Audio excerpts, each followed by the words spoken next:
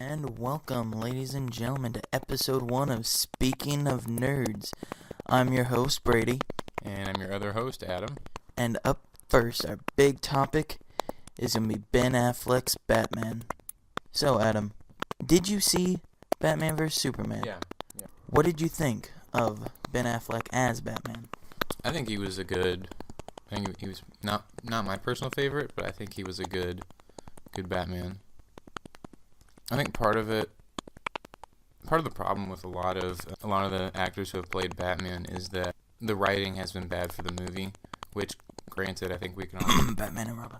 Yeah, granted, we can all agree that Batman vs. Superman wasn't really the greatest storyline for a superhero movie, but it wasn't Batman and Robin level. Like, George Clooney, obviously, not many people would say that he's a untalented actor. It's just the fact that he was in a very poorly written movie that makes him the laughingstock of the DC universe as far as Batman. Well, as for me, I enjoyed Ben Affleck's performance as Batman a lot more than I thought I would. Like with what Adam said, wasn't, the greatest of all time. I think Christian Bale obviously will go down as being the best Batman of all time. Or Michael Keaton. It's Christian Bale, sir. I would say that the Christopher Nolan Batman movies themselves are probably better, but Michael Keaton Batman may be up there. But I'd still say overall that the Christian Bale ones would be better. Christian Bale's a better Batman because I felt like Michael Keaton just came off a little too cheesy in his movies. Yeah, I could kind of see that. I did like Ben Affleck's portrayal, and I am excited to see more. That is, if he ends up sticking around to do it. Which brings us to why we're talking about this. Because it is in the news again, as The Hollywood Report has stated that War for the Planet of the Apes director Matt Reeves is developing a Batman standalone that, according to sources, will not star Ben Affleck. How recent was that? A few days ago. Yeah, because it honestly changes basically every week. That either he confirms that he's still going to be Batman, someone says that he's not. There might be another movie. There might be 3 movies. He might be directing them. He might not be. There might be young Batman. Yeah, his brother said something about it. Then he came back and retracted that statement. And now he's back in it. Now he's not. Now they're doing another standalone that he's not going to be in. It's just not good PR for DC. Yeah, it's not. And as this shows, DC fanboy, I do have to admit that it's not the best PR for them at the current moment. But do you think Ben Affleck will end up being Batman for the next movie or movies? I mean, we at least know he's going to be in Justice League, so we're almost guaranteed that. I think that unless DC wants to bring in like the Flashpoint paradox into the movies, then into the whole DC movie universe, unless they would bring that in, I don't think that they should change the Ben Affleck, because that'd be really the only way that they could, now that they've established that they are having a continuing universe for at least part of the DC movies. They need to have some continuity with their actors. Now, let's say Ben Affleck ended up dropping out as being Batman altogether. Who would you want to replace him as the new Batman? Honestly, I don't know that it necessarily should be someone we really know. What are your thoughts on that? John Cena.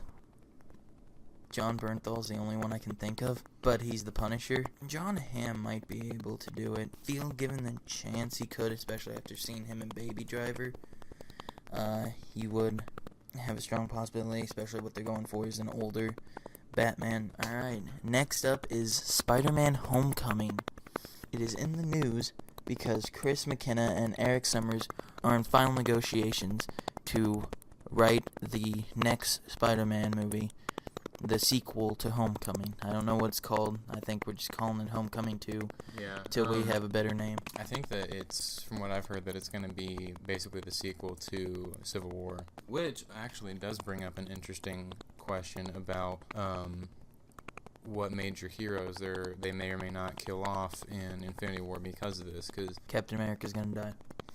Well, the main hero that everyone's been talking about is the possibility of Iron Man dying, but I really think that they wouldn't be doing the Civil War justice unless they had Spider-Man's switch of sides. Yeah, that's what I think is gonna end up going down. Is in the comics at least, Spider-Man pretty much gets beaten with an inch of his life when he's leaving, and he fights with Iron Man. So I think that may be crucial, or they could possibly have War Machine. They could possibly use him instead of Iron Man for that if they want to go that direction.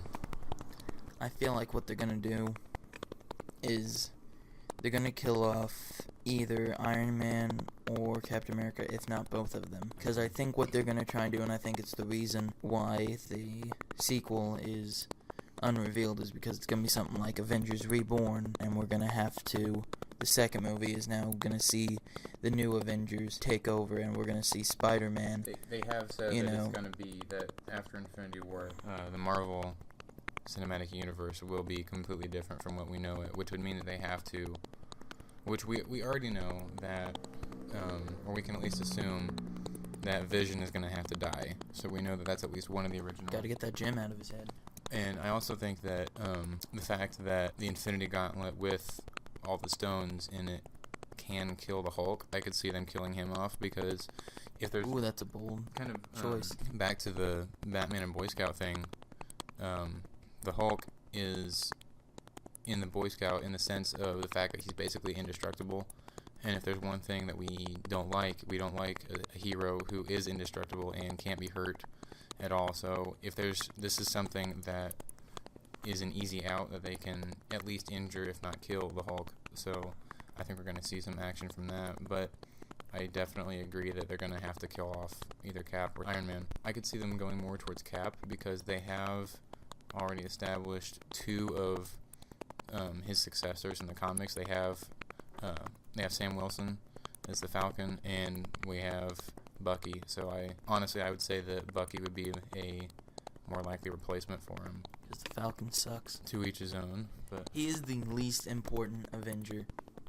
Out of all the official Avengers, he is the one that you care about the least. I like them in Winter Soldier. Okay, fine. If he is not the least important Avenger, who is? That is a good question. We'll save that for another time, then. Yeah. This is a good lead-in into our next topic as to who would be the next big baddie. I could see them, since the fourth Avengers movie is currently untitled. I could see them going. I've heard rumors of them doing the Dark Avengers, which is, in some of the comics, are led by Norman Osborn, which I think would be a good way to bring the Green Goblin into it. That could be something that could tie in with the second Homecoming movie. Alright, I have 3 options for who will be the big baddie after Thanos. The one that I would like to see the most, but is completely unrealistic. The second one that I want, which is more realistic, but probably isn't going to happen. And then the third one is the one that is most likely to happen, I believe. So the one I want the most is Galactus, but, Fox owns the right to Galactus, and I mean, who doesn't want to see it be Galactus? And, a giant dude, hopefully in a purple suit, just killing planets. Plus, that's really the only thing that could be bigger than a Thanos. And you can't just go...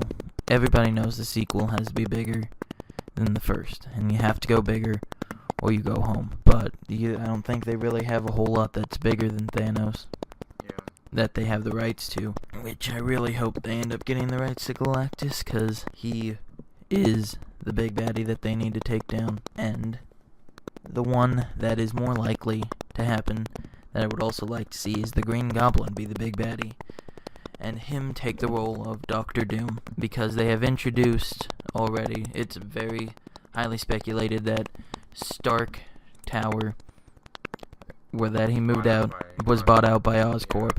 And then that is going to have a direct tie-in to Oscorp and the new big baddie having a nice... the Dark Avengers. Yes, having a nice big spot right in New York.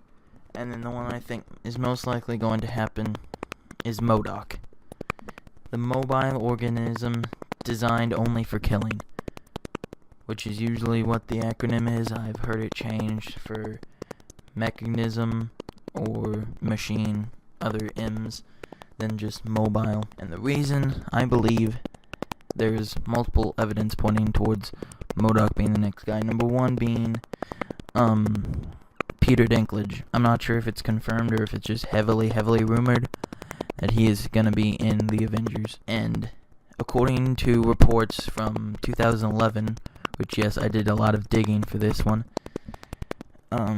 during early development of Captain America the Winter Soldier, MODOK was originally considered to be the main villain of the film. Game of Thrones actor Peter Dinklage was the first choice for the role, but the character was finally cut from the final draft and replaced by Alexander Pierce. And now they have Peter Dinklage on there. And so I think that they're still going to stick with him being MODOK. And I feel like that gives him a strong claim to being the next one, as well as his strong ties to Captain Marvel. And that's a good way to, like I said, if they are going to kill off Captain America and Iron Man, they need to bring in the next generation of Avengers. And that's the best way to bring in the next wave of Avengers, is bring in, Captain Marvel and MODOK have history. They might not be on screen yet. We don't know, what's coming in the Captain Marvel movie. But they don't have anything on screen yet. And so that's a good way to pull from the source material and give Captain Marvel a nice big shine that she would need, especially since, there's not, aside from Black Widow, there's not an actual superhero with superpowers that's really at the forefront of Marvel right now, which is something that DC is beating them on, is, feminism and woman power. And I feel like that they're going to want to catch up to that and have a big, strong female, superhero start taking up. That may be more evidence for them killing off Captain America, is if they replace Captain America with Captain Marvel, that could be a lead-in to eventually the actual Civil War 2, which I'm not a huge fan of, but I could definitely see them doing that, because since Marvel doesn't really have the rights to the X-Men, the Civil War 2 is pretty much entirely revolving around the Inhumans, which is a growing thing now within the MCU and in the TV universe.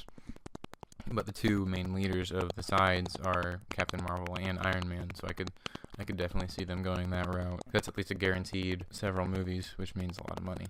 Do you think, though, that they would bring in the Inhumans for the movie? Because they're not very keen on taking their TV properties and mixing them over to the movie world.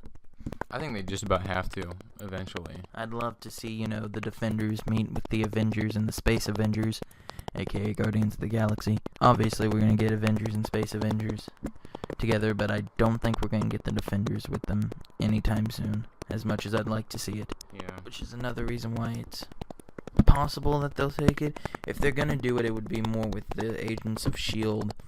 and Humans.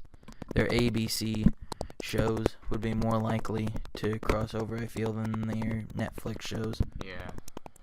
That's true. That disappoints me greatly, but that would be a lot more likely. Alright, and moving on to our next topic. This month's Games with Gold. As we are both Xbox users, Yep. we have decided for each month we will run down the games with gold for the month. And on Xbox One, we have Trials Fusion, which will be continuing from last month's, as we'll be here till September 15th. Forza Motorsports 5 Game of the Year Edition will be all month long, and Oxenfree will be from September 16th to October 15th. And what's going to be on Xbox 360? For the first half of the month, from September 1st to 15th, will be the Hydro Thunder Hurricane.